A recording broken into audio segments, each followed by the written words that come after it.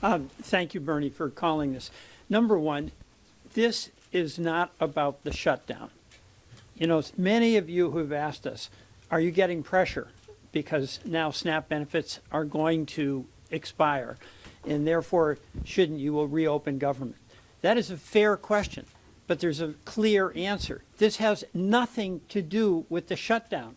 The law requires, and the funds are available to continue SNAP right now without any interruption. So that is a decision that the president is making on his own, to allow people to go hungry when he has the power to continue the SNAP benefits that folks desperately need. And it is desperate. I mean, the folks who rely on SNAP, $6 a day, and you can barely buy a pound of hamburger in Chelsea. But that is real. The other thing is a lot of the questions you ask are about the tactics. Who's doing what? How are you going to get them to negotiate? That's why I think stepping back and having some context, there really was a one big beautiful bill that really did provide incredible tax cuts for very wealthy people and corporations. There really was a big beautiful bill that cut food benefits and cut health care. And we are fighting for what Republican families and Democratic families need.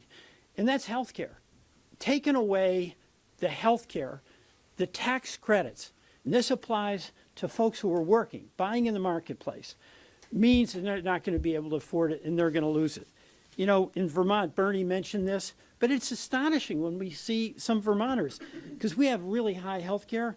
A family who's making 60-year-old family, $82,000 a year, they can have a premium increase of $23,000. And then the folks we represent, Bernie, you're getting these letters, I am, and I know all of my colleagues are. There's panic among folks who need that $6 a day.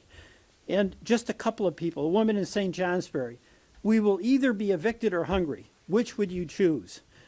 A woman in Essex, without SNAP, I will not be able to eat or get through the month. The situation is out of control. A Vermonter in Brattleboro, I am terrified to hear I'll likely have no grocery money next month.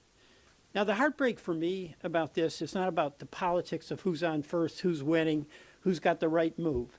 The politics of this are, do we all want to meet the obligations that we have to the people we represent? And Republican families, Republican farmers, Republican small businesses, as well as their Democratic counterparts, are all the ones who are going to suffer if we don't act. It's totally inexcusable and it's completely unnecessary.